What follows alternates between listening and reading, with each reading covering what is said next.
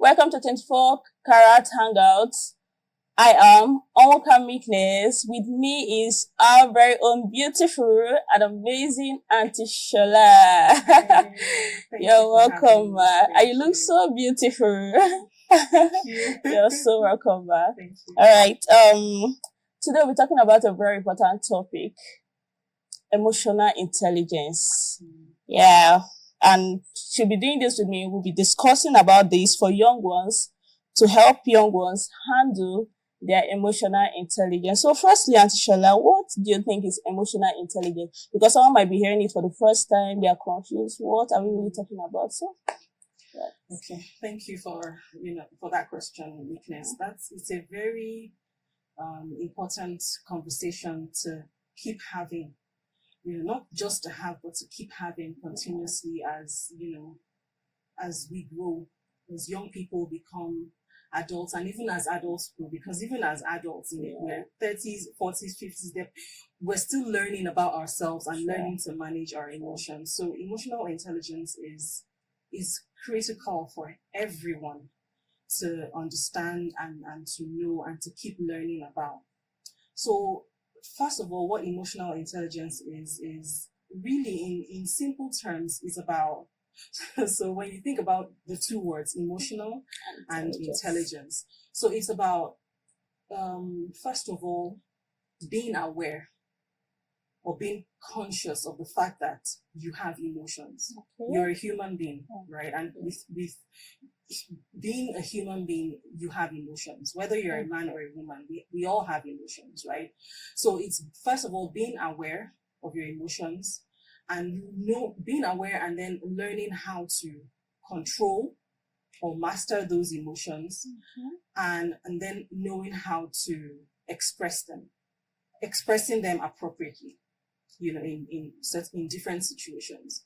So like I said, it's first knowing or being aware of the emotions because they're there, and then learning how to master or control them, and then learning how to express them.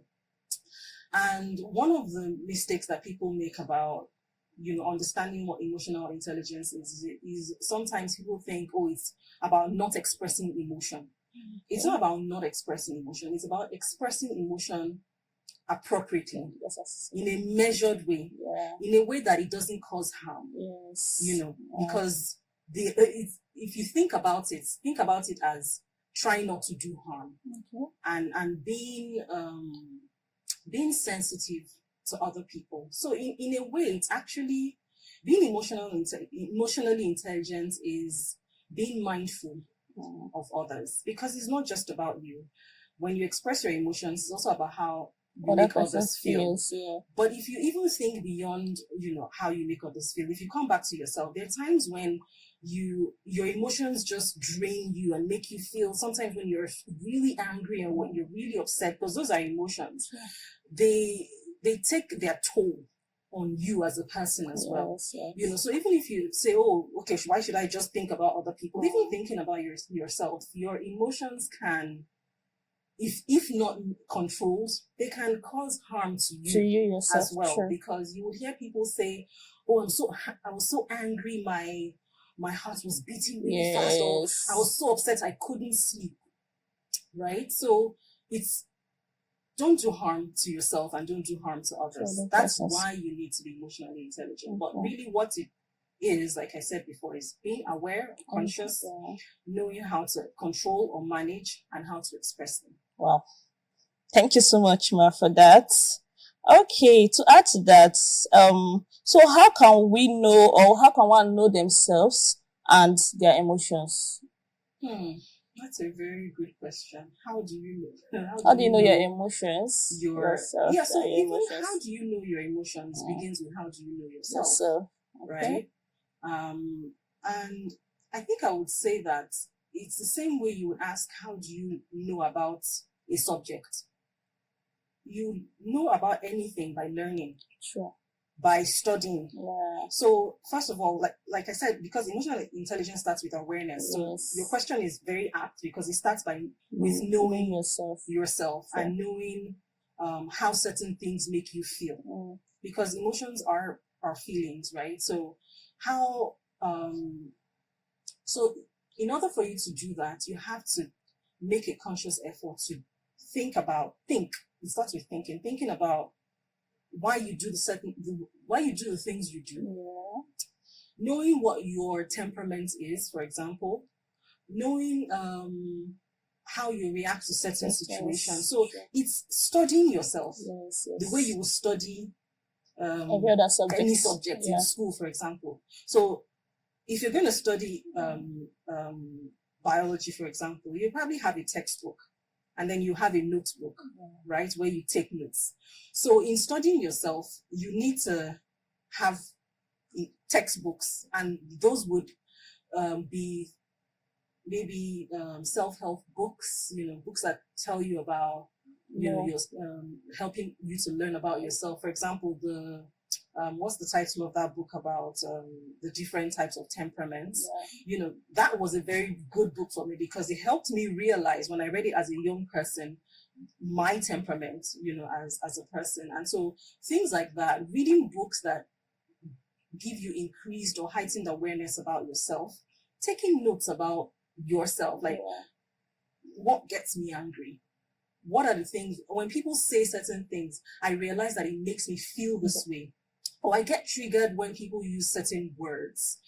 Growing up as a young person, I know that there were words that were triggers for me. And it took me a while to realize that, when people use it, I realized that it makes me feel a certain type of way. So that's when you think about how you react, how certain experiences make you, or certain actions by other people, just different things, how those things make you feel.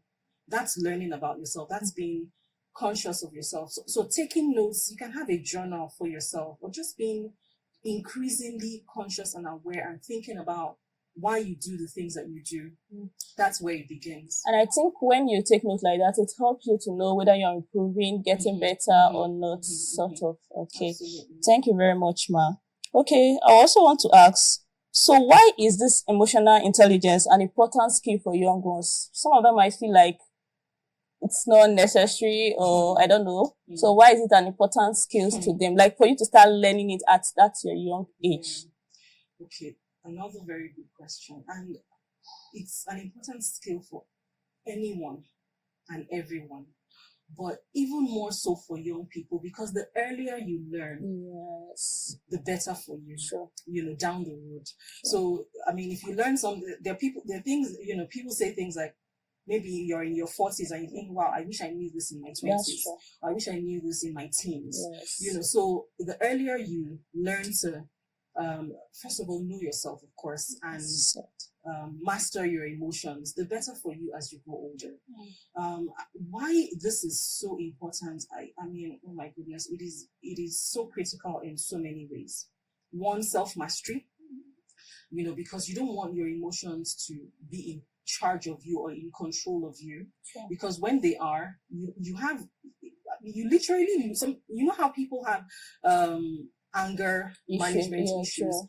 You lose control of yourself, and it's almost like you can't control how you react. You can't control how you react actually to situations, and it takes a toll on you, like I said before, when it's so bad that you can't eat sometimes, you can't sleep, and it's not just on your mental health, it takes a toll on your physical health as well. So that self-mastery is very critical. But if you go beyond, just yourself, and thinking about like career-wise, society-wise, and even in relationships, including marriage, mastery, emotional intelligence is very critical. I'll give you some examples. So let me start with me in my marriage. In my marriage, learning about myself and learning about my emotions as a woman. Okay, so let me go back to why females, young girls, women, why people tend to say that we are more emotional. Yes. We are more emotional because our emotions come from our hormones. And this is a fact, this is the truth. The number of hormones coursing through the body of whether a young girl or a woman, I mean, I'm not going to say the exact number right now because I can't even remember the exact number, but we have so many hormones running through us, right? Men have probably just two, like one major one is testosterone, and maybe one or two others. Like, of course, you have other hormones that are like dopamine and all, but there's so many chemicals, much more in the female body than in the male body, right? And so you have experiences where sometimes, even as a young girl or as a woman, during your monthly cycle, there's that common thing of, oh, I get this way, I'm more irritable, I'm easily upset or offended, or all of those things. It's because we have hormones, right? So starting from a place of knowledge that, okay, I'm conscious of the fact that I am a woman and I am emotional. I own that, I accept that. But how do I manage that? How do I make sure that I have a healthy relationship with people, with my friends, with my colleagues, with my family members, with my spouse? Is starts with that, being conscious of that fact and knowing that, okay, when I start to feel this way. So the example I was going to give is, I also in my relationship with my husband, I learned or realized that during certain times of the month, I get irritable, easily upset. And so when that consciousness dawned on me, rather than allowing myself to snap or react when he probably would not say anything, maybe just something that is really nothing, and I'll just realize that I'm snapping. And so when that dawned on me, I was like, okay, now that I know that this is how this period makes me feel, when he does anything and I feel like, okay, I'm feeling, because you feel it on the inside before you react. That's true. Then you are more conscious of the fact that, okay, I'm feeling this way because, and so, and I wouldn't react the way that I probably would have when I didn't have that consciousness. Because you're conscious of it. Because now I'm conscious, I am aware. Sure. And so my response is more measured. I don't react, rather I respond. And sometimes I would even say things like, babe, it's that time of the month I'm feeling extra irritable. Like, communication is also a part of being able to communicate. It's being intelligent. It's saying to the other person, I'm feeling a certain type of way this period, so don't feel bad. Exactly, just bear with me. I would try as much as possible not to react, but to respond. But I may not be giving you my best self right now. So I have communicated to that other person. That in itself is intelligence, So it's important for our relationships with people, even in friendships, not just in marriage, in your relationship. Because sometimes your anger can, in just a moment, a fleeting moment, someone does something, upsets you, and you just block that person or you delete that person because of an emotion that was fleeting or that was just a passing emotion. So it's very critical for our relationships. But finally, and this is very important in the in our careers and in society at large, there's a common thing that women in the workplace, women are always women cannot be leaders or great leaders because they're temperamental, they're this and that and that.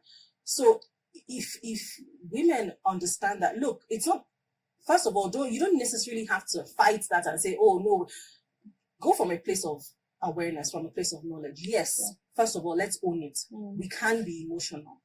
And there's a reason why we're like that, because we have more hormones than men do, and then the second thing is, when you are conscious, when you're aware of your emotions, and you know that this is why I would probably act this way, at this time. Once you have that consciousness, it helps you to measure, it helps you to have a sense of control, that rather than reacting to a situation, I know how to respond appropriately. Sometimes it might just mean pausing, just take a breath. Rather than responding to that email immediately when you're upset, take a moment, so it let that feeling of whatever, that emotion calm down a bit, and then you can think with the logical side of your brain. So when women in the workplace, or young people, young girls, women in the workplace, in school, anywhere you are, when you are emotionally intelligent, you are a better person for it. You can master yourself, you can master your emotions, you can master how you respond, because then you're not reacting, how you respond to people and how you respond to situations. And that makes you one a better person and a better leader, because you don't act out of anger or even out of your emotional state. You act from a measured, point of view. Wow, thank you so much, Ma, for this. Like, a whole lot to learn. Yeah. So I think we'll be taking this further. We'll have to take this to something like a part 2. We still need to talk more about this, because I don't think it's ending here. And I still have a lot of questions. Yeah. I really want to ask about this. So much to talk about. Like, when you're talking about career, workplace, marriage, like, I think our focus is on young ones, but I think there are still many adults out there that really don't know how to manage their emotion. Thank you so much, Auntie Shola. With this, we have come to the end of this section. So do well to like, share, and comment on our YouTube page. Click on the notification button to get notified whenever we post more videos. Bye.